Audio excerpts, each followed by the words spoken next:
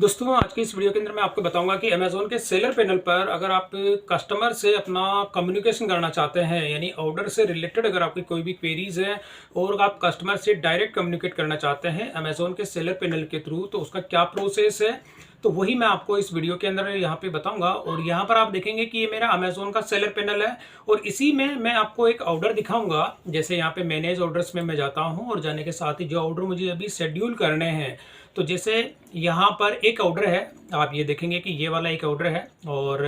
ये जो ऑर्डर है मुझे अभी डिस्पैच करना है। लेकिन डिस्पैच करने के साथ ही मैं बता दूं कि ये अमेज़ोन पे अभी भी लाइव है।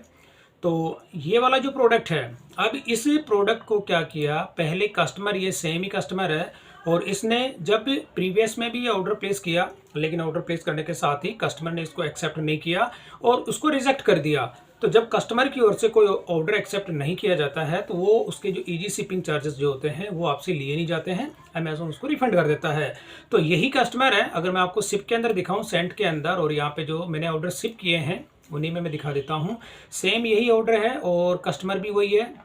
यहाँ पर आप देखेंगे कि ये वाला वो प्रोडक्ट है और यहाँ पे आप देखेंगे कि रिटर्न टू सेलर यानी रिफंड अप्लाई। ये जो कस्टमर है सेम कस्टमर है और ये वाला प्रोडक्ट है, प्रोडक्ट भी आप देखेंगे सेम प्रोडक्ट है। तो कस्टमर ने इसको एक्सेप्ट नहीं किया और नहीं करने के साथ ही जब इसका दोबारा ऑर्डर प्लेस कर देता है, तो इस कंडीशन में आपको क्या करना होता है कि जो ऑर्डर आपको रिसीव हुआ है,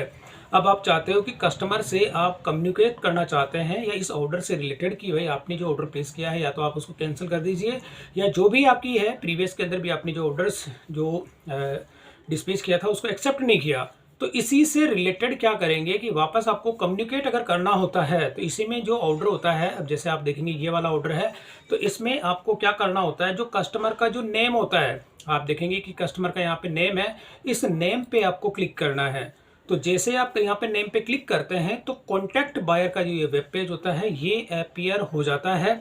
और अब इसमें क्या होता है, कन्फर्म्ड ऑर्डर डिटेल, यहाँ पर जैसे आप क्लिक करते हैं तो क्लिक करने के साथ ही बाकी के जो ऑप्शन आप देखेंगे डिसेबल है। ये डिसेबल जो होते हैं ये इनेबल तब हो जाते हैं जब आप ऑर्डर को शेड्यूल कर देते हैं। तो शेड्यूल करने के बाद में ये जो इनेबल है, इस जो डिसेबल हो रहे हैं वो इनेबल हो जाते हैं, जो इनेबल है वो डिसेबल हो जाते हैं। तो अब यहाँ पर आपको जो मैसेज होता है, ये तो मैंने कंफर्मेशन डिटेल्स है, या अदर कोई कमेंट अगर आप पूछना चाहते हैं कस्टमर से, कोई भी कम्युनिकेट करना चाहते हैं, तो एक अदर का भी इसमें ऑप्शन दिया गया है कि आप अपना ऑर्डर की कंफर्मेशन कस्टमर से लेना चाहते हैं या कोई अदर के अंदर भी कोई क्वेरीज आपकी रहती है तो उनको भी आप यहाँ पे सेलेक्ट कर सकते हैं। और मैक्सिमम यहाँ पे 2000 कैरेक्टर की लिमिट दी गई है कि 2000 कैरेक्टर के अंदर जो भी आपकी मैसेज होता है कस्टमर के लिए वो मैसेज आप यहाँ पे टाइप कर सकते हैं। और इसी के साथ में नीचे आप ये एक तरह का प्रीव्यू दिखाता है और प्रीव्यू के अंदर वही चीज़ आपके जो मैसेज आप टाइप करते हैं वो मैसेज आपको यहाँ पे देखने को मिल जाता है। जो मैसेज आप लिखेंगे यहाँ पर, जो मैसेज आप लिखेंगे वो मैसेज आपको यहाँ पर पूरा डॉट डॉट की जगह यहाँ पर वो मैसेज आपको देखने को मिलेगा। और इसी के साथ में जैसे ही आप इसको जो है सेंड करते हैं तो ये कस्टमर के पास जो है चला जाता है। लेकिन इससे पहले इंपॉर्टेंट नोटिस यानी कि 3 पॉइंट इसमें मेन दिए गए हैं। तो यहाँ पर पहला जो पॉइंट होता है, ये पॉइंट ये कहता है कि जो मैसेज आप यहाँ पे टाइप कर रहे हैं और मैसेज टाइप करने के साथ ही जो कस्टमर का और सेलर का जो कम्युनिकेशन होता है, ये इस केस में जो आपका ईमेल एड्रेस होता है, यानी कि आपका ईमेल एड्रेस जो अमेज़ोन के सेलर अकाउंट पर रजिस्टर्ड होता है वो ईमेल एड्रेस कस्टमर के पास नहीं जाएगा, क्योंकि ईमेल आईडी जो होता है आपकी डिफरेंट ईमेल आईडी से कस्टमर के पास मैसेज जाएगा अमेज़ोन के सेलर पैनल से। तो ये चीज़ हो गई। पहला पॉइंट तो ये कहता है कि भाई इसमें आपका जो पर्सनल जो भी आपने इसमें अपना अमेज़ोन पे सेलर अकाउंट के अंदर जो भी अपना रजिस्टर्ड ईमेल एड्रेस होता है वो कस्टमर के पास आपका नहीं जाएगा फॉर द सिक्योरिटी रीजन। और सेकंड वाला जो होता है कि इसमें ये वाला पॉइंट ये कहता है कि ये क्या करता है, जो Amazon use filtering technology to protect buyer and sender to identify possible frauds message. तो ये वाला क्या करता है, सेकंड पॉइंट ये कहता है कि अमेज़ोन जो मैसेज आप यहाँ पे टाइप करते हैं उसमें फिल्टरिंग जो प्रोसेस होता है उसको यूज़ करता है। यानी कि अगर आपने कोई भी कंटेंट अगर इसमें इस तरह से लिख दिए जो कि उनकी फिल्टरिंग पॉलिसीज़ को वॉयलेट करते हैं तो आपका जो मैसेज होता है वो बायर के पास नहीं जाएगा। तो इस तरह के कोई भी अगर आपने मैसेज अगर टाइप करते हैं, कोई भी ऐसा वर्ड अगर आप लिखते हैं तो उस चीज़ के अंदर वो मैसेज बायर के पास नहीं जाता है। तो यहाँ पर ये क्या होता है कि ये मतलब जो मतलब एज ए सिक्योरिटी, मतलब इसमें क्या होता है कि आप पॉसिबिलिटी जो फ्रॉड जो होते हैं इस केस के लिए होता है। मतलब ये सेकंड वाला पॉइंट ये भी कहता है कि जो protect to buyer and seller के लिए होता है। और थर्ड वाला जो होता है इसमें क्या करता है, use Amazon send product to other related message, यानी कि तीसरा पॉइंट ये कहता है कि अगर आप बायर के पास कोई भी प्रमोशनल मैसेज भेजते हैं या ऑर्डर के अलावा कोई दूसरा अगर मैसेज आप इसमें सेंड करते हैं तो वो चीज़ क्या होता है कि अमेजोन इसको जो है थर्ड पार्टी का जो प्लेटफॉर्म होता है जैसे अमेजोन मार्केट प्लेस है, इसके थ्रू इसमें यूज़ करता है। और यहाँ पर आपका जो कम्युनिकेशन होता है वो पूरी की पूरी मॉनिटरिंग करती है। और ये फ्यूचर के अंदर जो भी आपका ऑर्डर से रिलेटेड कोई भी परेशानी इसमें होती है तो इस चीज़ को आप मॉनिटरिंग कर सकते हैं। तो यानी कि ओवरऑल आपको यहाँ पे ध्यान रखना, फर्स्ट पॉइंट तो ये कहता है कि आपकी ईमेल एड्रेस नहीं जाएगी।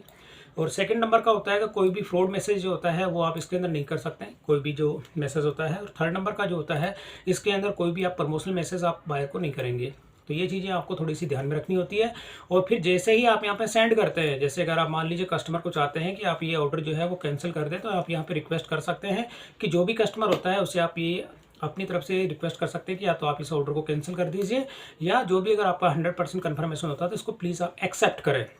जो भी मैसेज आप देना चाहते हैं। तो यहाँ पे मैंने ये जो ऑर्डर था अभी मैंने इसको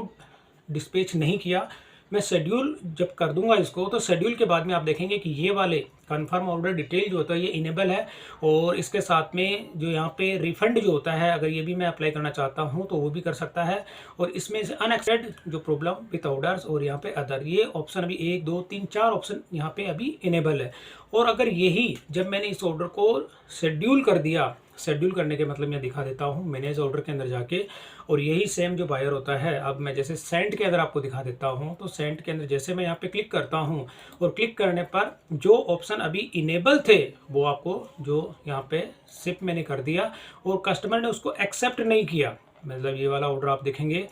तो ये वाला है। मैं जैसे नेम पे क्लिक करता हूँ तो अभी ऑर्डर्स की जो डिटेल होगी और कंफर्म जो अदर जो ऑप्शन आपको देखने को मिल रहा है, 3 ऑप्शन में 4 ऑप्शन आपको बताए थे जो कि इनेबल थे। अब यहाँ पर आप देखेंगे ये कंफर्म ऑर्डर डिटेल है, ये डिसेबल है, और इसी के साथ में ये वाला ऑप्शन भी इसमें डिसेबल है। बाकी के जो ऑप्शन मतलब आप शेड्यूल करने से पहले देखेंगे तो वो सारे के सारे डिसेबल थे, और अब ये वाले ऑप्शन आपके इनेबल हो जाते हैं। तो कहने का मतलब ये है दोस्तों कि अमेज़ोन पे जो कोई भी ऑर्डर आपको रिसीव होता है, अगर आप बायर से डायरेक्ट कम्युनिकेट करना चाहते हैं तो इस प्रोसेस को फॉलो करके, और पर्टिकुलर अमेज़ोन की पॉलिसीज़ होती है, वो फिल्टरिंग जो पॉलिसीज़ होती है इसके तहत कुछ कीवर्ड्स जो होते हैं, जो कीवर्ड्स अगर आप इस तरह के कोई भी जो पॉलिसी को वॉयलेट करता है, अगर आप वो कीवर्ड यूज़ करते हैं तो बायर के पास वो मैसेज नहीं जाता है। तो ये वाला प्रोसेस है, ये स्टेप्स है, इन स्टेप्स को फॉलो करके आप डायरेक्ट बायर से जो है कॉन्टैक्ट कर सकते हैं अमेज़ोन के सेलर पैनल के थ्रू। तो दोस्तों वीडियो पसंद आई तो इसे लाइक और शेयर जरूर करें और मेरे चैनल को सब्सक्राइब करना ना भूलें।